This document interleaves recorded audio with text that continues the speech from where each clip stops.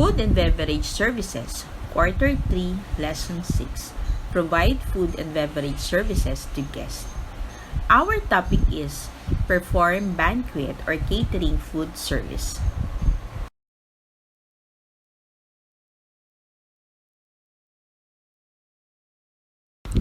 Banquet catering food service. A banquet is a large public meal or feast with main course and dessert. It is usually done for big events and occasions such as charitable event, ceremony, and big celebration held in conference room, resort, and big restaurants.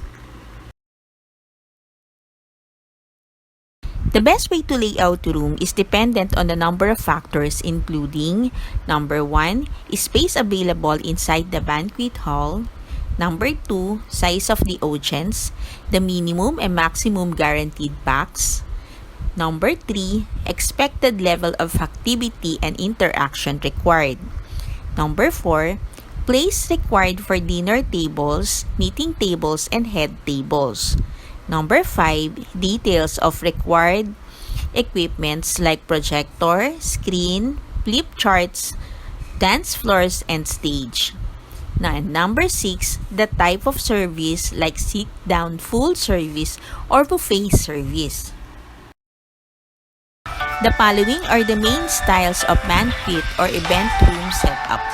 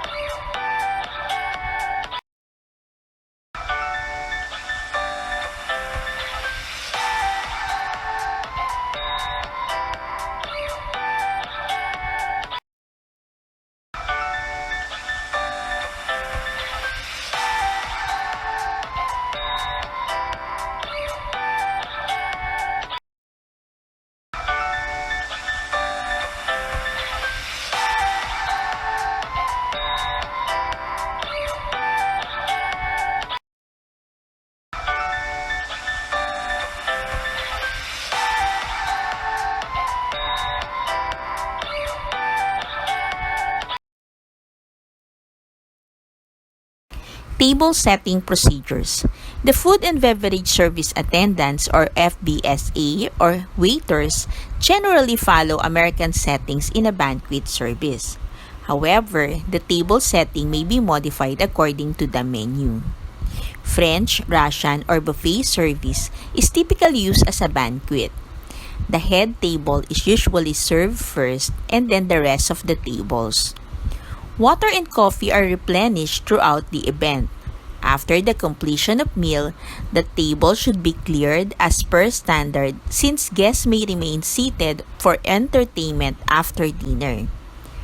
Banquet service does not require to present a check or collect payment at the end of the meal as the banquet is paid for in advance.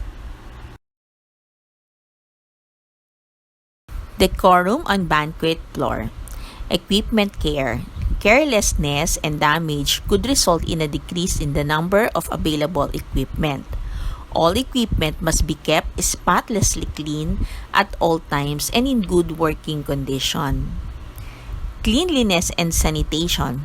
All banquet and catering service personnel should consistently practice clean as you go policy. Guest relations and request. Whenever appropriate, the restaurant staff should greet guests by their names in formal and polite manner. Celebrities and VIPs.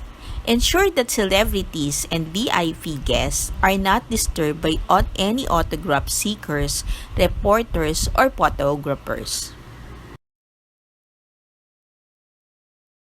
Menu preparation and banquet service. Preparation of the menu presentation is part of a server's general responsibility and, more importantly, will help you feel more comfortable when describing menu selections to the guest.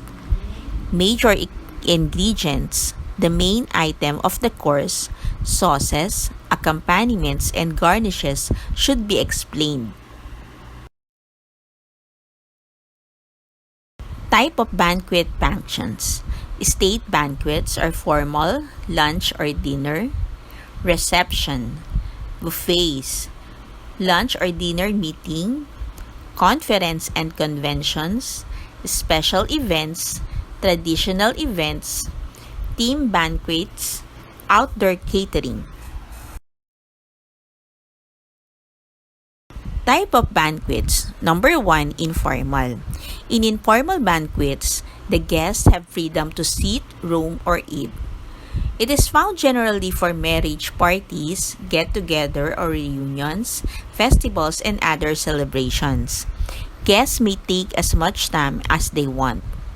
The types of service can be floating or buffet. Number 2 is semi-formal banquets, only for people given priority, generally seen in the institutional functions, annual day functions, or honored parties. Separate table for chief guest. No discrimination for other guests.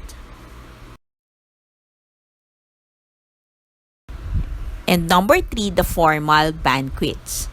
Generally seen in flag national holidays, victory celebrations, and in honor of foreign dignitaries. Sitting is strictly according to protocol. Table laid perpendicular to top table. People near top table are the most important. Proper silver service. Tabling.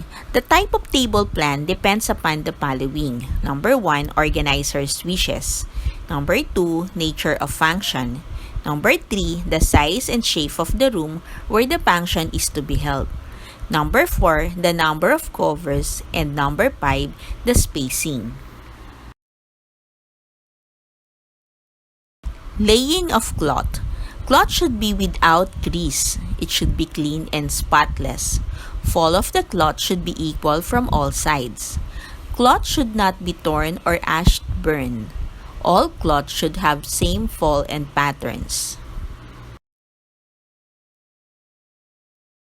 Job functions of FBSA assigned in a banquet.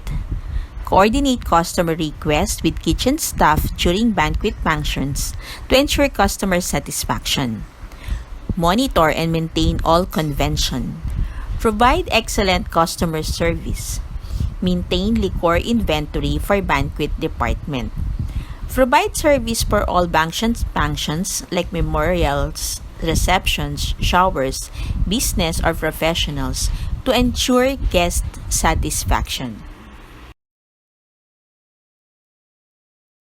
Provide service to all banquet functions including setup and breakdown. Prepare food for outdoor youth camp guests and employees. Work way from bus girl to head server on a banquet department, setting up and tearing down and serving. Set up banquet functions by setting tables with linens, dishes, flatware, and glassware according to banquet order.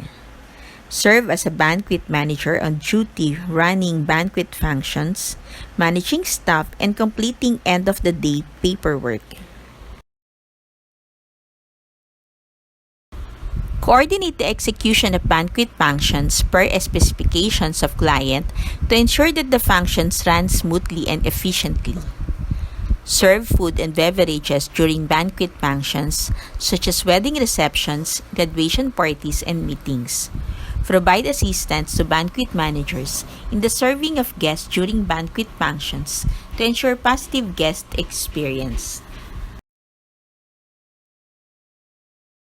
Provide leadership assistance to the banquet captain during banquet functions and ensure a positive experience for guests. Work as a team to successfully serve food and drinks at the large banquet functions, including weddings. Set up and clean up banquet functions. Serve a variety of meal courses to the guest. How do we make sure we meet everyone's expectations? First, we must be organized in both our planning and execution of the function. Second, we must be well trained to deliver high-quality service in all aspects of the function. Third, we must work as a team. Kitchen and services staff must understand their responsibilities, execute them efficiently, be prepared for the unexpected, and help each other out whenever necessary. And fourth, we must have positive attitude and a strong commitment to service.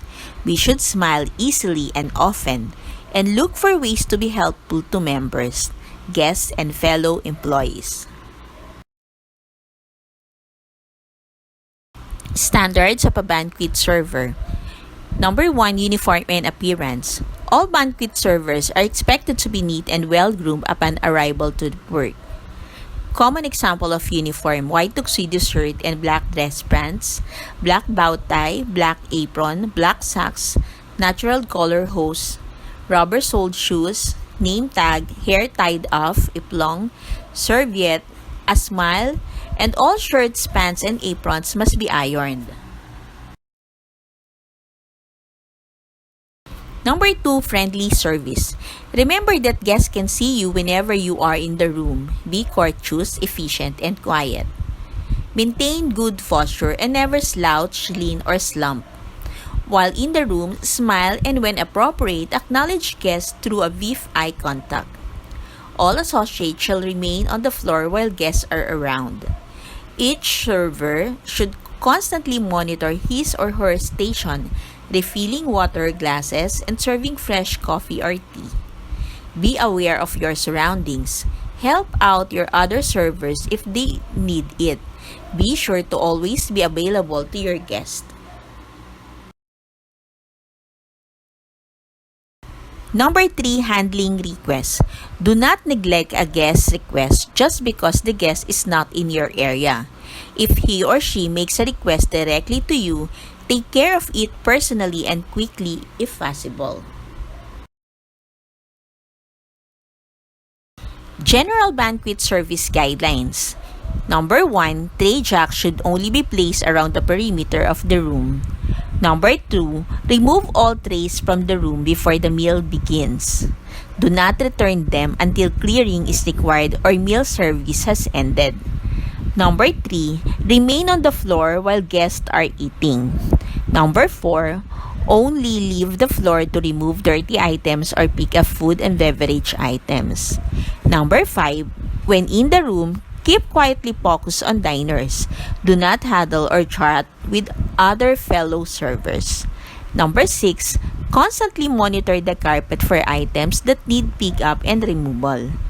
Number 7, carry no more than 3 entries at a time from the service stand to the table. Number 8, warn guests when serving hot plates or beverages. And number 9, handle items as quietly as possible around the guest. All service staff must monitor patrons. All service staff must monitor patrons during service for signs of dissatisfaction. This means keeping alert for nonverbal cues that indicate displeasure and listening for negative comments that can be overheard. Check customer satisfaction must apply to both food and beverages. Free meal briefing, making the most of the most important 15 minutes. A free meal briefing is required before all meal functions. It should be conducted by the captain or floor supervisor who in charge of the event. Station assignments are given out after the agenda is covered. Inspect to ensure the staff ready for the function. Inform, communicate accurate information, standard agenda, station assignment, sequence of service, opening and closing side work assignment. And most of all, motivate to have a positive and productive shift. The job of the banquet server can be summarized with the following: to provide quality service to the guest with lifetime memories by following cares. C. For customers are our focus. A. Attitudes affects everything. R. Respect others, have fun. E. Earn profits for everyone. And S. Service is everything.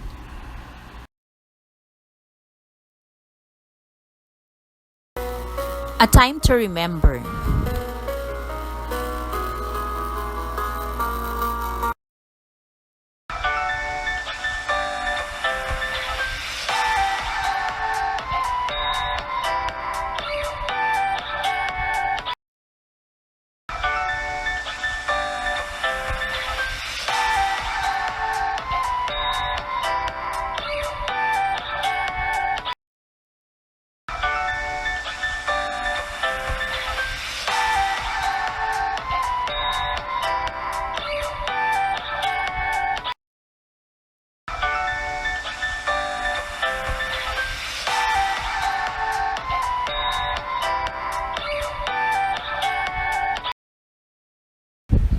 This is Maylene Huliganga. Thank you for watching.